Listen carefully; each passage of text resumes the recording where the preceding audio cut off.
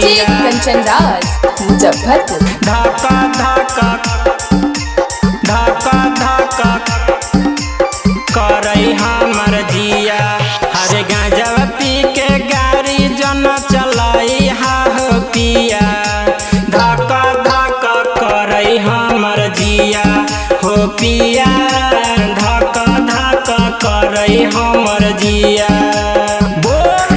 अरे लाखों रे कंवरियन के भीड़ है हो पिया।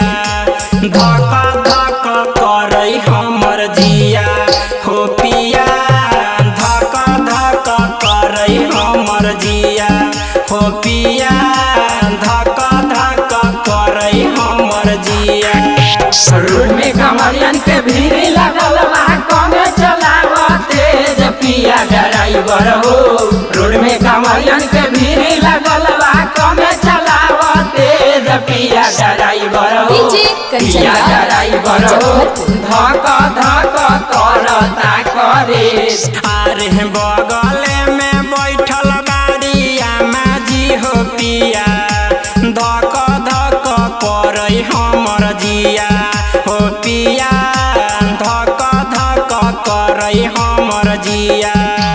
देवा घर में भीड़ बड़ी हो खहई हो पिया। धका धका करई हमर जिया हो पिया। धका धका करई हमर जिया हो पिया। धका धका करई हमर जिया। धका धका धका धका करई हमर जिया। धका धका धका धका डीजे कंचन राज मुजफ्फरपुर। करई हमर जिया हो पिया। अरे मुन्ना नीरज पूजा है चरनिया हो पिया।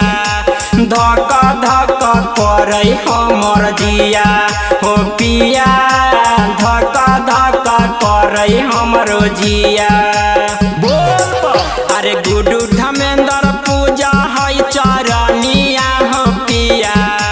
धका धका करई हमर जिया हो पिया। धका धका करई हमर जिया हो पिया।